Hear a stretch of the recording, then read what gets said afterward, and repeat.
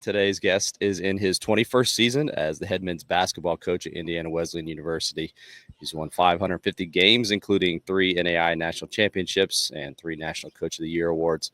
And this list of accomplishments could go on for a while, but I want to get to Coach Greg Tonagel. Coach, thanks for coming on the show. Hey, excited to be on here. We were talking, this is 6 years in the making, so it's been right. Long overdue. I heard Coach several years ago at a Nations of Coaches. Those of you that are familiar with Nations of Coaches, at a Nations of Coaches conference. And it's like, man, that's great stuff. And just kind of been putting it off. But today is the day. Coach, I was looking at your bio just to make sure I had everything right. And I saw that you somewhat recently completed your doctorate in Transformational Leadership. First, congratulations. But second, the thing that I wanted to ask was, are there any specific ways that you felt that has impacted your coaching or changed your coaching? Oh man, we could talk about this forever. But yeah, it was a couple years ago I completed my doctorate. Funny story. It was 2016. We won our second national championship and really felt like I saw God move through that season in really some neat ways, namely just like he was speaking in his word. And I felt somewhat ill-equipped as a leader. Like, how do you keep this going? How do you pull more out of the word? And I walked across the campus to our seminary and just struck up a conversation with a guy I knew and really respected. I said, I just want to take a class. I don't want another degree. I had a master's at the time. Well, after 30 minutes of talking to this guy, he signed me up for another master's of practical theology. And I loved it. I was like a kid in a candy shop, like just couldn't get my hands on enough of it. And I felt like it was kind of a door to another world. Like, God was far bigger than I had thought. And there was far more to learn. But I told him this. I said, okay, I'll take this master's course, but I'm not getting a doctorate. They really push doctorates on campuses, as you know. I said, I don't have time. I don't want one. Well, I finished the master's in 2 years and I signed up for the doctorate because I was growing as a leader. I was learning to lead better. The process was, getting it in transformational leadership, which is, to me, the definition of coaching, right? If you're not changing lives, what are you doing? That's a great responsibility. And there's a lot of different ways to do it, but to be able to open God's word and allow that to change lives, just to be a conduit, I think is critical and huge. And, I've grown a lot through that and I'm still applying it. I won't get into it, but my project was about I Am Third discipleship. And it really opened my eyes to some things. And at the same time, I'm a father of 6. So I'm coming home asking, how do I become a better leader here? Like, how do I help my kids? And so everything I'm learning, I'm applying to what I'm doing. And I really do think it made me a better coach. It was a huge investment of time at that point in my life, but I'm seeing the dividends as I'm able to lead, both in my basketball program, but at home as well. Some may not be familiar with your program's philosophy and what you did your dissertation on. So can you explain that? And then I'll ask some questions go along with that. Yeah. So we just built a culture on what we call I Am Third, and I'm not the author of that, or I didn't, invent it. Several different people have used the term, but simply put, it's putting God first and other people second and yourself third, which is very counterintuitive, very countercultural, right? I think our world's built upon what we say is the me first platform. It's whatever's good for me, whatever I want, whatever I need, I'm going to go do it. I'm going to try to stuff my life with myself at the center. And I think as we have lived that way, we've realized, man, that's not a fruitful way to live, but it's also very unfulfilling. The more I think about myself, the less happy I am. And practically speaking, we see this in basketball. I think the culture defines basketball in a very me-centered way. And as coaches, I think we realize that there's no quicker way to ruin a team, right, than to have a bunch of individuals. And there's also no better way to build a team when everybody says, I'm part of something bigger than myself. And I really believe, God's just not given us sport to enjoy, but it's a way to really transform us. And you can learn so many things through basketball when you put Christ at the center of it. That's when we really begin to see transformation. And so applying this has been a journey. I started 21 years ago, and I thought I had a good idea of what it meant to be I Am Third. It was a catchy slogan, and I look back now and I'm like, I knew nothing. And I hope to say that in 20 years from now. I hope to say, man, it's at the midpoint of my career, and I really don't know anything about this. And that's the exciting part. And God continues to open up new opportunities and change me along the way as I'm hopefully helping others change their lives as well. I feel like the word culture got a bad rap, especially kind of during the COVID years, because so many people threw it around. I have attempted to, because it was like that for me, but then I got a different perspective because I just realized how important it was to everything, including what happens on the court. And I think that some coaches have this mentality now that they want to have a strong culture, but I don't necessarily know that all of them understand how to implement that Mm. or to take it to the next level. I mean, we all know that culture is a way of doing things. And I think sometimes it stops short for a lot of coaches in just how they do things on the court. Can you talk about how not an emphasis on a really non-basketball philosophy Mm. impacts not just what you do on the court, but actually everything that you do around the program so that you can be a transformational leader? Yeah, that's a great observation. I do think culture is the most overused word in coaching and probably leadership, right? Everybody says we've got culture, and everybody tries to sell their culture. And if you look at a hire in any sport, the first thing coach gets up on the mic and says, we're gonna build culture, and that's all good. But I think we have to stop and ask, well, what culture and what is culture? For me, and as a believer, I often think about there's kingdom culture and there's worldly culture, right? There's the way that God has designed this world in our lives, and then there's the world which has its own views and its own way of doing things. And oftentimes, without even knowing it, we just adopt the world's views, and we do that in sport. So we've tried to build a program on the principles of the kingdom. I love reading Jesus's words when he says, "A kingdom of heaven is like." And then I sit and I imagine, well, what does he mean for the basketball coach or the basketball player? Like the simple example would be like when he says, in my kingdom, the first are going to be last and the last are going to be first. And I think, well, what does that mean in basketball? Like how does somebody not put themselves first? Well, it's as simple as every time you're on offense, don't think about how to get your own shot. The world trains these kids every time you catch it, get your own shot. But the reality is that doesn't produce good offense. That just produces selfishness. And so you start with kingdom, you start with the word, and then you let these guys live it out in an area that they love. Like they love basketball. That's the thing that they've been gifted with. That's their talent. That's the thing that has a hold of their lives right now. So rather than, I think, view it as you've got your spiritual life and you got your basketball life, it's like, okay, these are one and the same. How does God want to work through that? And the fun part for us, and that's to me as leadership, is fleshing that out every single day in a very practical way. So we start with the word, and we just ask the question, what is God's kingdom like? And then how does that intersect our lives? And as we do that, I think we just unlock new areas and new potential, new relationships. And then you do it through a course of a season. That's what I love about basketball. It's the longest season. It's 9 months, and it's filled with ups and downs. It's never a trajectory straight to the top. If it was, we wouldn't grow. It's because we grow in those moments of adversity, and we grow in those moments where we're forced to dig deeper in our faith. And then you get to the end of the year and you can look back and say, wow, God really did something this year. He changed me. He changed our team. And that's the true joy and trophy. The world will never recognize that. They're just going to simply say, what was your record? But if you can have a kingdom perspective and say, what change happened in my life? How am I closer to Christ? I think that's what sport is about. That's what coaching is about. You started down this path, so I'm going to let you just keep going. And it may seem like we're getting into the weeds or too specific. And obviously, you do your own thing there. But I'm always looking for, okay, so what does that look like when you say, we communicate it to our players, practically living it out every day? So literally, what does that look like? Yeah, I mean, I think it first starts with the leader. I can't give away anything that I don't possess, right? That's a principle in leadership. And so I have to be on fire if I want the people I'm leading to be on fire. So I take that seriously. I think it starts with me waking up every morning and spending my time in the word, starting my day off with saying, okay, God, what do you have for me today?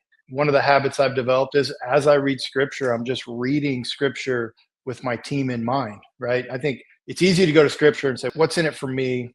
How does God want to, bless me today? And that's good. But if that's all I do, then I think I'm misunderstanding my purpose as a leader, which is to give away what's happening in my own life. And so as I'm sitting in the word, I'm praying, I'm just asking for vision, I'm asking for wisdom. So then I'm very attentive throughout the day as I go about my process. I'm a big believer that discipleship is far more caught than it is taught. It's not just about head knowledge, but it's about rubbing shoulders with other godly men. At least when I look back at my own life, like I have grown not because somebody convinced me by argument. I've grown because I've been around other men who I want to be like, who have contagious lives. Yes, their information is very important, and that's part of the discipleship. But if it's only about information, I think we're missing a large part of that. And so much of our discipleship is not curriculum based, or it's not as scheduled out as maybe some would like it, but it's very intentional. And so when I say intentional, I just kind of look at like seasons right now. So we are going into our preseason. We have about a month and a half, maybe 2 months of preseason. So if I'm looking at that from a basketball perspective, in that preseason, we're trying to build little foundational pieces for our guys, right? How are we going to play offense? How are we going to play defense? Well, spiritually speaking, it's the same way. I'm looking at what foundational pieces do these guys need so that as we journey throughout season, they've got a footing. Now we go to a Christian school, and a lot of these foundational pieces are reinforced, but at the same time, I have an opportunity to be intentional about these things. And so we'll start to build in foundational pieces. Sometimes that's through a Bible study.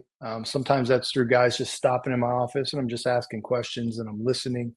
I love having guys over at the house that they can see, how a family works and operates. And it's really life at its it's an honest look at life, right? Like they're seeing me interact in a way that's not always, I think admirable, but it's real. And they're going to be in those situations later on in life as well. And then as we get into season, it's so easy, and I fall prey to this all the time. You get so competitive and you get so focused. Winning becomes everything I'm after, and guys can sense that. And all of a sudden now, I think they wrestle with, well, he says God is first, but yet everything seems to be centered around winning. So I think the challenge is, how does the pursuit of Christ stay before winning throughout season? Well, one of the ways that we try to do that is we're just continuing to open up the Word. It may be a big game coming up on a Wednesday. You would typically start your scout on a Monday, and you present the information, and you'd say, guys, you need to know, X, Y, and Z about the team we're playing, and all of practice is focused on, guarding their actions and whatnot. But instead, if I'm a kingdom-minded leader, I might start with, okay, it's a big week. What might my guys, where might they be spiritually right now? What might they be wrestling with? There's two questions that I'm always asking, and it's another foundational piece of I am third. But how do I unify hearts, and how do I create fearless minds? And when I read Jesus, I think he was doing that. He was often trying to unify his disciples, and he was often finding out, well, what are they fearful of, and how do I remove that? Because fear is the great paralyzer. When I was a kid, fear was the great motivator. Like the great coaches of our time, Bob Knight and the like, use fear to motivate players. And I think we're in a different day and age where you have to remove fear from the equation. So as we're preparing for teams, rather than just the sole focus is on winning, I'm asking the question, how do I unify hearts and create fearless minds? And then being able to step into there with kingdom principles, scripture, and prayer. And sometimes it's just space. Hey, guys, process for me. And hopefully they have a template for, how to approach life and not just a game of basketball. You mentioned family. All of us feel coaching this constant pull from both sides. I've had some that have kind of compartmentalized both and just say, when I'm with family, I'm 100% with family. When I'm with team, I'm 100% team. I'm not judging anyone, and we haven't talked about this, so I don't know how you handle it. For me, growing up, my parents actively involved me in the things that they were doing. And so it wasn't just their thing, it was our thing. And I think that taught me to impact those people that at the time they worked with the older people in our church. And then for a different time, they worked with the younger people in our church. And it really benefited me as a person and being able to relate to a lot of different age groups. I use that as just an example. My parents weren't perfect. I didn't turn out perfect. It was transformational for me. And I get the question a lot of times, how do you do all the things and do them well? And of course, we're not doing them perfectly, but how do you involve? You talked about having the guys over at your house, but so that at the end of the day, you can put your head on the pillow and said, I did my best in being transformational and giving what I needed to give to all who I am responsible for. Yeah, I mean, I resonate with what you're saying. It's a true tension because coaching, there's no on or off days. There's no schedule. You don't clock in at 9 and clock out at 5. Like, you get a text from your player at 6 in the morning, you may get one from a recruit at 8 o'clock at night, and you're always answering those things. And I think one of my fears is, if I'm really honest, is just kids are going to get out of the house someday and you're going to say, man, I wish I had that time back. I wish I wasn't so distracted, because I wrestle with being distracted and the emotional side of coaching. Like, coaching is very emotional. Like, you lose a game, you come home, it's hard for me just to turn the page and sit down for a late dinner or put the kids down and not think about that. Like, you're carrying that with you. And I've tried as best as I can, and I'm growing in this area of letting go of that when I'm at home, because I want my kids to know they have my attention. Our relationship is a higher priority than what's happening at work, even though it's really intense at work. I'm very emotional with it. I want to do a better job as a father and giving them, my attention. And the other aspect is just, I try to involve them as everything that I can. So our locker room, our boss, it's their playground. And are they a distraction? Absolutely, yes. They'll come into practice and you never know what's going to happen. But I always say, well, when we go on the road, what do you expect? Like, the other fans are going to be yelling at us. The referees aren't going to be kind to us. If they can't handle my kids at a practice, and good luck going on the road. So I want them to be involved. I want them to be around.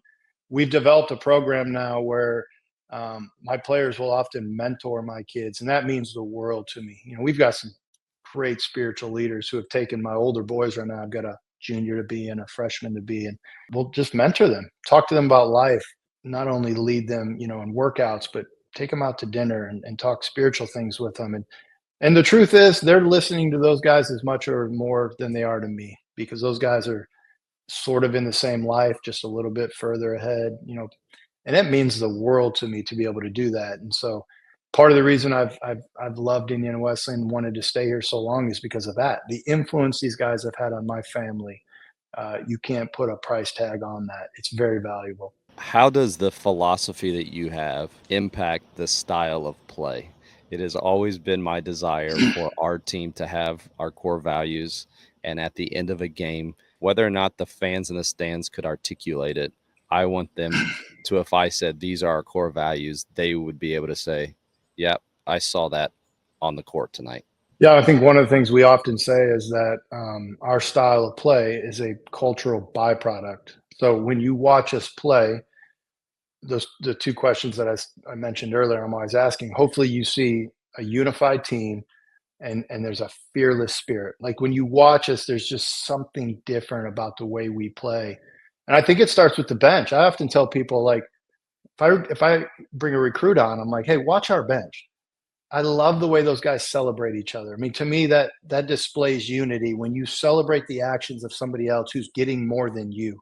That is so hard to do when we live in a world of comparison, and we live in a world that teaches us, if somebody else is getting something, that means I am not. Right? That's the world's view. We're in the kingdom. When somebody else gets something, I also get something. And that's so hard to wrap our brains around. But to create a culture where we cheer each other on, we celebrate the accomplishments of others, that is crucial.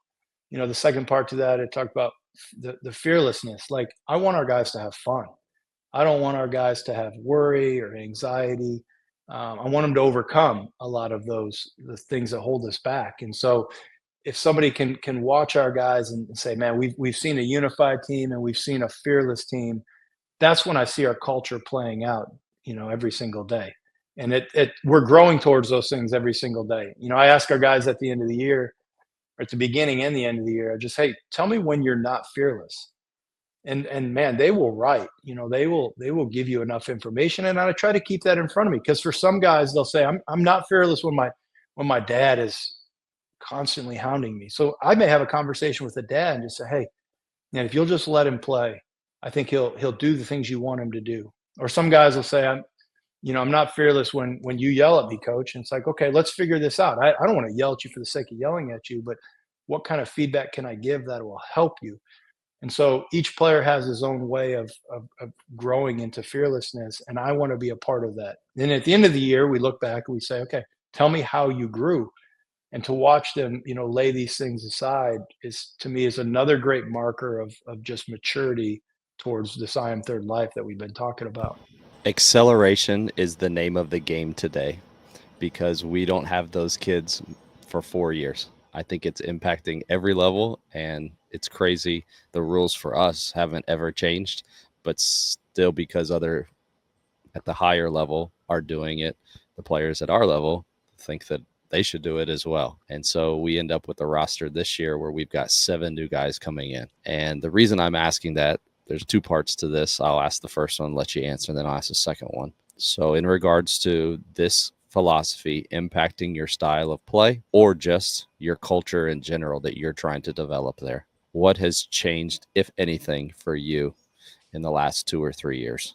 Well, this is a tough one because there's a part of me that's resisting what's happening, right? Because I don't love it. I don't love the transient nature of, hey, I'll come there for a year and I'll work my way elsewhere, because I really do believe in the process of somebody being transformed over 4 years. I just don't think you can come in for a year and leave and it's beneficial to your growth. Could you go get more money elsewhere? Absolutely, yes. But we're not talking purely financials. We're talking about the growth that is setting you up for the rest of your life. And so in some ways we've doubled down and have just been more explicit with helping educate our guys. Listen, I understand the way it's working right now in college basketball. 65% of kids are transferring, but that's not who we are.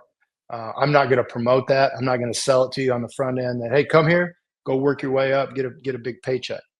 That may happen. People may come and get you, but I want you to know where I stand in all this. And so, when we're wrestling with that, we lost our best player 2 years ago, and he's a great kid. I still stay in touch with him. He is still growing spiritually. That was my biggest concern, was like, hey, you step out in this environment, you don't know what you're stepping into. And then we've had kids that have decided to stay, that have just said, man, I can't imagine being anywhere else. Like, this is most important to me is this community, and I want to finish here. And so we're trying to buck the trend, and it's difficult and it's tough, but what I don't want to do is just simply give in to the way the world's doing it, because I didn't get into coaching because I wanted to coach kid for 1 or 2 years. I would have done JUCO if I wanted to do that. I believe in what happens over 4 years, and I want to try to continue that. How do you go about accelerating then the process of getting them to learn their roles, accept their roles, and buy into their roles, with this all lingering in the back of your head that you might only have them for this long? Or what I'm finding is kids are coming to our program because they're looking for the kinds of things that you're talking about. And they come as a junior, or even this last year, we had a kid come as a senior, and I knew I only had him for 1 year, but I still wanted to make as big of an impact on him as I could. Mm-hmm. Yep. And I think we're in the same boat. Like we've got a couple 1-year guys or 2-year guys. And I think it starts with the leadership that you have. And last year we didn't have strong leadership, and it hurt us. This year, I love what's happening. We've got some seniors that have just, for some reason it just clicks sometimes for some guys. Like, these guys are headed in their senior year, and the light bulb went off of, this is my team. I'm taking ownership, and they are running with things, and they're ahead of me in so many areas in what they're doing. And so it's bringing the new guys in, because as a new guy walks in, I think he looks around and he goes, wow, that's who I'm supposed to be. And I'm supposed to, surrender my selfish desires to the betterment of this program, because that's what I'm witnessing. And I'm supposed to put God first because that's what I'm experiencing. So to me, it starts there. And then 2, I think just how I position these leaders. I'm empowering leaders far more than I'm standing out front being the sole voice. I think when I was young, it was like, I've got to be the voice every day. I've got to say something every day. I've got to lead every day. Now it's like, how do I prop other guys up? And as I'm propping these seniors up, what I'm seeing is we're going further, and I think we're going faster. And so my role shifted to how I position guys and how I empower guys. So I may not be meeting with all these new guys all the time, but I am meeting with our 1 or 2 leaders, pouring into them, praying with these guys, basically pouring gas on the fire, right? There's a fire right now with our 2 seniors. I'm just trying to pour gas on it and let these guys, watch it go. Because the one thing I've always said in leadership is you don't have to advertise a fire. A fire advertises itself. And so these guys are on fire. People know it, and it's contagious right now. We've talked a lot about the players, There's other people that are really important to your staff, your assistants. How do you go about doing all of this with them, and how do you involve them in this entire process? Well, it's doing life together. There's not a hierarchical, here's the head coach, here's the assistant, and you kind of report your way up. It's like we are doing life together. And we've got habits that I think we call them program habits that I think over time position the program for just spiritual transformation. We pray together every day, and we're just praying for our team, and we're praying for recruiting, and we're just kind of surrendering that. We often don't talk about this, but I think it's good for coaches to know we fast lunches on Monday, and instead we're just challenged to go on a prayer walk or go to the chapel and pray for our guys, because our guys are dealing with some heavy stuff. When you get into spiritual leadership, what you find out is guys are dealing with stuff that's big. Everybody is, and they often don't know how to deal with it. And I think there's times where we need breakthrough, and so we take a day and we just pray, and it really does redirect us in our focus. Anytime you fast from something, you're redirected, and I think to be redirected towards God's kingdom and our players just positions us as such. And when you're doing those things kind of throughout a year, I think you just have a staff culture of like, this is our responsibility. This is what we're going to do, and we're going to do it together. I think our staff does a tremendous job of focusing on the things that are most important, and they often encourage me. I watch our assistants, the way they lead and the way they just invest into our guys, and I'm challenged by it. I'm not trying to pull these guys along. I'm trying to keep up with them often. This can be something that's maybe a little bit less serious. I'm always looking for non-basketball things to build team chemistry while still promoting the culture that you have. But these guys still are kids at heart that I've found, even the guys in their 20s, 21, 22, fun things that you can do with them, even if it's something goofy, like we play a game on the road, in the hotel at night or something like that. I'm looking for anything other than, and maybe you do it, but that's cool if you do. But I ask, and coaches are like, well, we go play paintball together. Like, okay, that's cool. But like, what are some other things throughout the year that you do to help reemphasize all of these things? I think we all can find touch points with our guys. So I love to fish and I love to hunt. And I wish I had more players that like to do that, but there's always one or two. And so I'll just involve those guys with these hobbies of mine and invite them. I think after a day of fishing with somebody, it's amazing the way they respond, the ownership they want to take because you've invested into them. I don't golf, but I know our assistant coaches, some of them golf, so they'll golf with the guys, take a guy golfing, and spend some time with them. And I think anything you can do to touch your players outside of basketball goes a long way, because sometimes I think the guys feel like their value comes from what they do on the court. And because so much of our time and our energy is trying to make them better basketball players and trying to, help them help the team. When you can just stop and say, let's go do something that's non-basketball related that we both enjoy, it goes a long way for that. So, I think we all have passions. Could be card games, come over to the house, play cards, and don't talk basketball. I think that's one of the keys, right? It's kind of like your kids get done with Little League baseball. It's like, don't jump in the car and talk baseball. That's not the time to talk baseball. Like, just be a dad, go get ice cream, enjoy it. And I think it goes a long way. This will be the last thing, but I kind of want to bring things full circle. It's not a good question because it probably could be another entire podcast. But you said at the beginning, I thought I knew in year one. If you could go back and talk to year one, what are the biggest things that you would say to him? This is what you need to do, or this is the lesson that you need to know for the next 21 years. I've always said this, is that you should be able to coach until you have kids, because once you have kids, it changes your entire perspective on who you're looking at, who you're talking to, how you view them. And I made a lot of mistakes early on.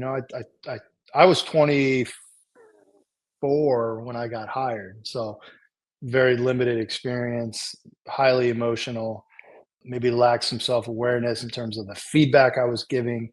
And now that I'm 45 and have kids, it's like I wouldn't talk to them in the same way.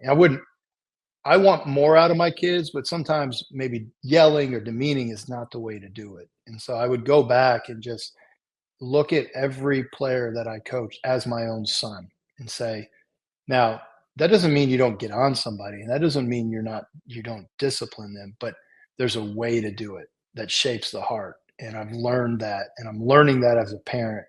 And there's no way to have kids before you coach, but I wish I did. I wish you could capture that, because it would definitely change the way that I talk and coach people. Awesome stuff. I appreciate you taking the time for this. I learned a lot, and I know coaches are going to enjoy this. Well, thanks for having me.